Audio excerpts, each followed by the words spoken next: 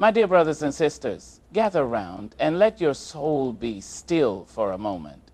For today we speak not merely of kindness, but of the burdened heart that gives and gives, hoping, praying, believing that love can turn a stone into bread. There is a myth dancing through the minds of the tender-hearted, whispering sweet lies into the ears of the merciful, that if you are nice enough, patient enough, quiet enough, your warmth will melt the cold in another. But I am here to tell you, sugar, that being nice won't change a narcissist.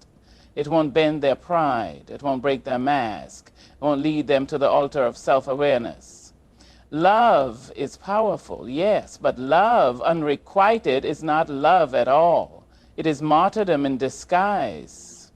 And you were not born to be a martyr for someone else's ego.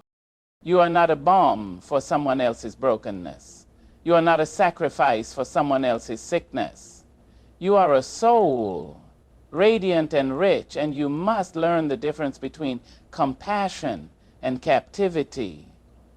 There is a dangerous illusion that lives in the hearts of many well-meaning souls, that if you just love harder, stay longer, smile wider, you will reach the wounded child buried within the narcissist. You will heal them. You will be their safe place. But beloved, that's not how the story unfolds. A narcissist doesn't seek healing because healing requires humility. It requires one to kneel before the truth, to undress the ego, to say I was wrong and mean it.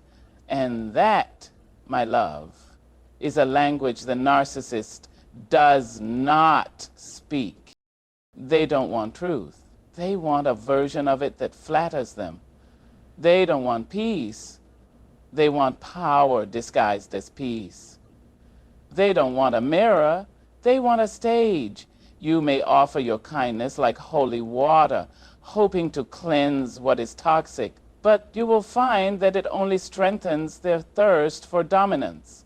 Your compassion becomes currency in their kingdom of control. Every time you forgive without accountability, every time you excuse the inexcusable, every time you swallow your pain to keep the peace, you are not healing them, you are feeding the monster within them. They don't see your kindness as a bridge, they see it as a leash. And they will tug on that leash every time you try to step away. They will weaponize your empathy, exploit your patience, and twist your goodness into guilt. You see, the narcissist's greatest fear is not being unloved, it is being unimportant. They crave admiration, not intimacy. They want to be worshipped, not known. Healing would mean facing the fractures inside them, the vulnerable parts they buried beneath layers of bravado and lies. But control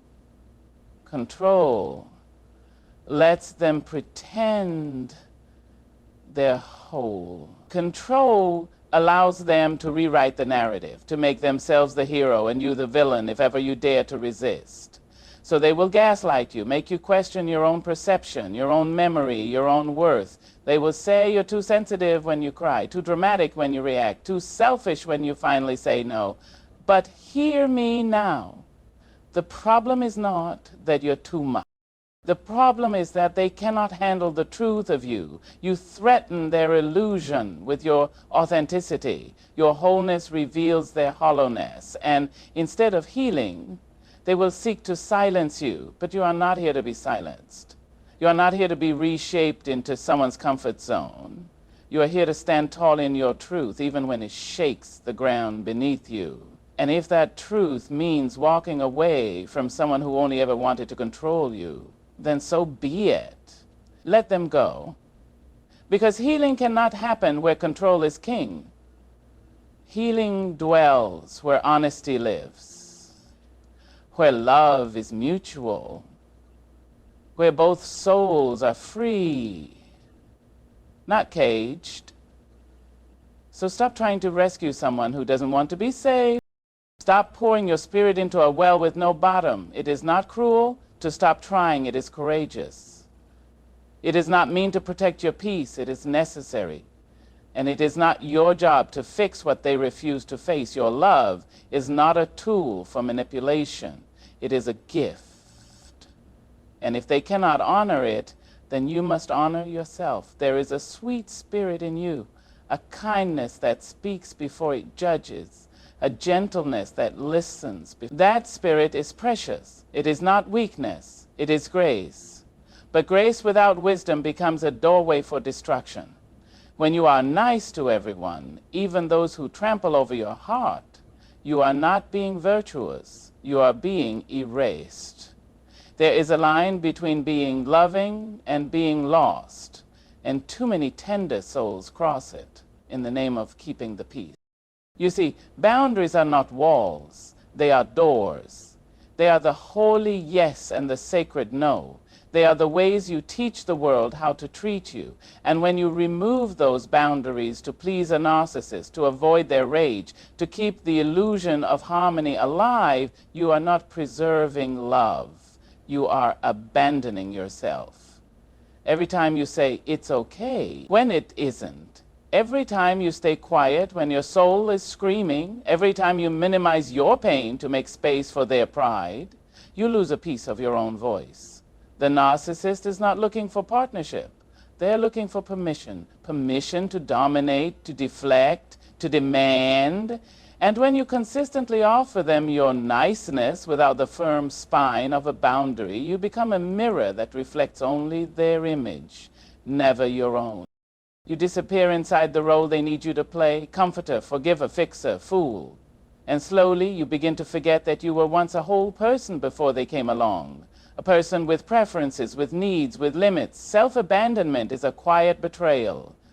It doesn't announce itself in loud tears or angry arguments. It creeps in softly through the smiles you force, the apologies you give just to stop the conflict, the love you offer even when none is returned. It is a wound that festers in silence. And the narcissist thrives in that silence. Because as long as you are more invested in being liked than being respected, they know they can bend you. As long as you fear confrontation more than you fear your own erasure, they know they have you. But hear me now. You do not owe your niceness to someone who weaponizes it. You do not owe your gentleness to someone who twists it into compliance.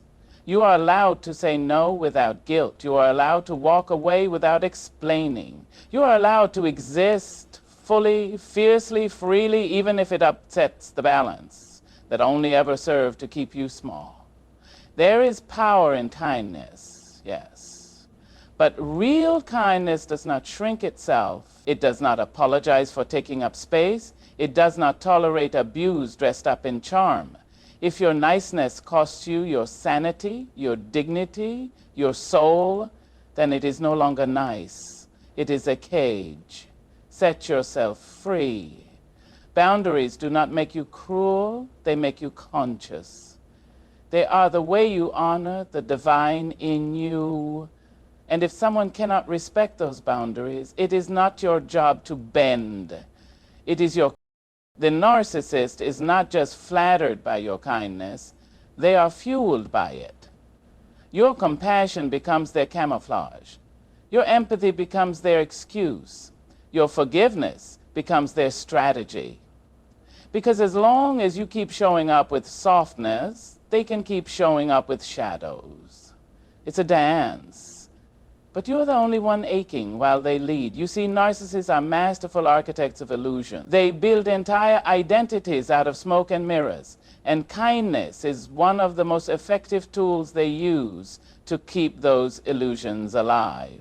When you respond to their cruelty with calm, when you answer their manipulation with mercy, they don't see grace. They see green lights. They don't take it as a moment to reflect or repent. They take it as confirmation that they can keep doing exactly what they've been doing without consequence. Because what a narcissist wants more than anything is control, not love, not connection, control. They want to own the room, the narrative, your reaction. And the more you meet their disrespect with patience, the more power they gain. They begin to rewrite the roles. You become the caregiver, the caretaker, the fixer. They become the one who's always just misunderstood, always the victim, always in need of yet another chance. And because your heart is wired for hope, for redemption, You stay. You try harder. You lower your voice. You second guess yourself. All the while they are watching, not with gratitude, but with calculation. They begin to see your kindness not as a gift, but as a resource, a well they can draw from whenever they feel empty, angry, or insecure. They will push your limits just to see if they can. And when you break, they'll call you unstable. When you stand up for yourself, they'll call you cruel. When you finally pull away, they'll call you selfish. But beloved, your kindness is not the problem. It is their exploitation of it that is the sin. There is nothing wrong with loving deeply, but there is something deeply wrong with loving someone who only uses that love to tighten their grip. A narcissist doesn't see kindness as something to cherish. They see it as something to manipulate, and if you let them, they will use it against you every single time. You have to understand, you are not just being kind, you are being studied. Every gesture of grace becomes a line in the playbook they use to keep you compliant. Every apology you give for their behavior becomes another rope tying you to their story. Every chance you offer becomes a deeper entanglement in their cycle of. They do not want your healing, they want your silence. They want you so wrapped up in your own hope that you forget how hurt you are. They want you too distracted by who they could be to see who they actually are. And the longer you feed them with the sweetness of your spirit, the more they grow in the shadows of your sacrifice. But there comes a moment when you must ask, at what cost? What does it profit your soul to pour into someone who only drains you? When does your kindness stop being a blessing and start becoming a burden? You are not here to be consumed. You are not here to be a source of emotional supply. You are not here to keep someone else's mask from slipping. You are here to shine, to live, to be free. And if your kindness is being used as a leash, it's time to cut the cord, because love without respect is not love. Compassion without protection is not safety, and giving endlessly to someone who only takes is not noble. It's self-destruction. Love, in its truest form, is a sacred exchange. It flows in both directions like a river that nourishes both banks. It listens and it speaks. It gives and it receives. It uplifts and it honors. But when you are loving a narcissist, the flow is dammed. It becomes one-sided, heavy, exhausting. You're giving everything and getting back confusion, blame, and silence. And that is not love. That is manipulation dressed in the memory of intimacy. The narcissist knows how to mimic the rhythm of love, but they don't feel its heartbeat. They learn the language, say the right words, wear the right mask, but underneath there is a void that refuses to be filled no matter how much affection you pour in. They will take your love, not to build with it, but to survive. Your devotion becomes their mirror, reflecting back the illusion that they are worthy without ever doing the inner work. They see your commitment not as a partnership but as a service, something owed, not earned. So they string you along with moments of charm, fleeting sweetness, temporary attention, just enough to keep you hoping, just enough to keep you giving. But you find yourself bending further and further, contorting your needs, silencing your intuition, explaining away their disrespect. You begin to think that if you can just love them better, then maybe they'll finally see you, finally value you. But love that is always pleading, always performing, always chasing, it is not love. It is a trap. And let us be clear, manipulation isn't always loud. Sometimes it comes in soft sighs, in strategic tears, in carefully timed silence. It comes in, I didn't mean it, and you're too sensitive and no one else will love you like I do. It comes in cycles, love bombing, devaluing, discarding, until your soul is dizzy and you're not sure if you're the problem or the prize. But love, real love, does not confuse. It does not require you to suffer to prove your loyalty. It does not make you feel small so someone else can feel big. Real love invites your voice. It makes space for your needs. It wants to see you free, not frightened. It grows under truth, not control. And so, if you are the only one fighting, if you are the only one giving, if your heart is always bleeding and theirs is always receiving, this is not a relationship. It's a performance, one in which you are cast as both the savior and the scapegoat. You deserve more than that. You deserve reciprocity. You deserve love that looks back at you with equal awe, love that doesn't keep score, love that shows up, love that says, let's heal together. Nah, you need to fix yourself for me. Love that holds you gently when you're vulnerable and celebrates you when you're strong. Don't let a manipulator redefine love for you. Don't let your history with someone become the reason you accept half-heartedness in the name of faithfulness. You are not hard to love. You've just been loving someone who refuses to love in return. There's a dangerous lie that many gentle souls have been taught, that if you stay quiet, things will get better. That silence is the price you pay for peace. That if you just don't react, don't push back, don't challenge what you know is wrong, the storm will pass. But baby, silence does not tame a narcissist. It trains them. Every time you hold your tongue to avoid conflict, every time you swallow your truth to keep the calm, you are not making peace. You are making room for more destruction. A narcissist doesn't hear your silence as grace. They hear it as consent. They see it as an invitation to keep crossing lines, to keep rewriting reality, to keep positioning themselves as the center of your world and the author of your worth. Your silence becomes a currency they cash in. And every time you stay quiet about the pain, they grow more confident in their power. You think you're keeping the relationship intact, but what you're really doing is slowly disappearing, one unspoken truth at a time, one avoided confrontation at a time, one quiet compromise that leaves you aching after they walk away. You're teaching them that you will not resist, that you will keep showing up no matter how much they twist your heart, that they can hurt you and you'll still smile, still serve, still stay. But peace without truth is not peace. It's performance. And your silence, though noble in intention, becomes a breeding ground for abuse. You tell yourself you're choosing love. But what you're really choosing is invisibility. And that, my dear, is not what you were created for.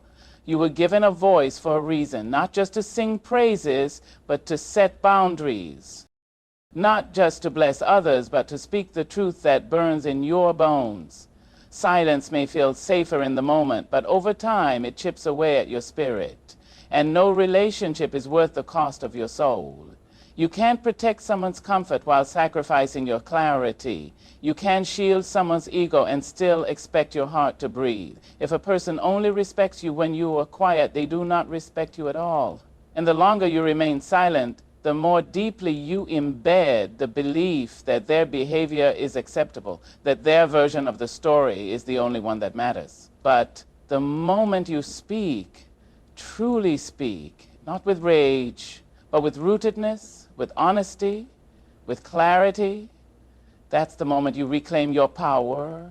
It's the moment you step out of the role they cast for you and back into the fullness of your voice. And yes, they may push back.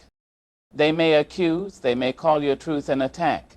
But that's not your burden to bear. Their discomfort is not your responsibility.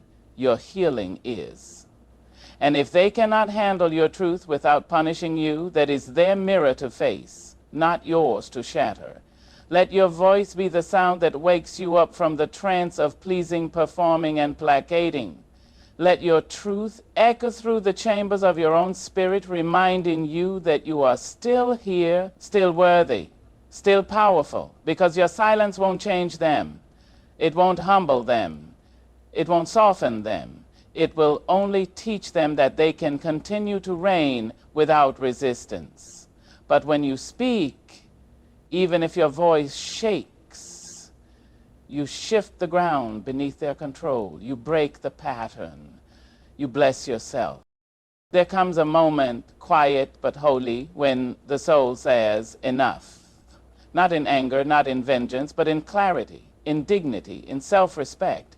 You realize that no matter how much love you offer, no matter how much understanding you extend, it will never be enough for someone who feeds on your sacrifice but never shares your sorrow. And in that moment, you learn a sacred truth.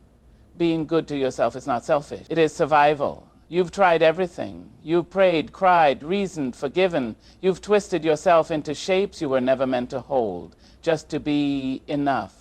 For someone who was never going to meet you halfway, you've mistaken your suffering for strength. But love, real love, shouldn't feel like a battlefield you walk alone. And when the cost of staying becomes your peace, your joy, your wholeness, the kindest thing you can do is leave. Walking away doesn't mean you hate them. It doesn't mean you wish them harm. It simply means you've chosen to protect what God put in you, your spirit, your purpose, your light. It means you're finally choosing you. Not the version of you that stayed silent to keep them comfortable, but the real you, the you who's done being diminished, drained, and dismissed. Sometimes the greatest act of love is the love you give yourself when you stop waiting for someone else to offer it. Sometimes healing starts with your footsteps heading toward the door.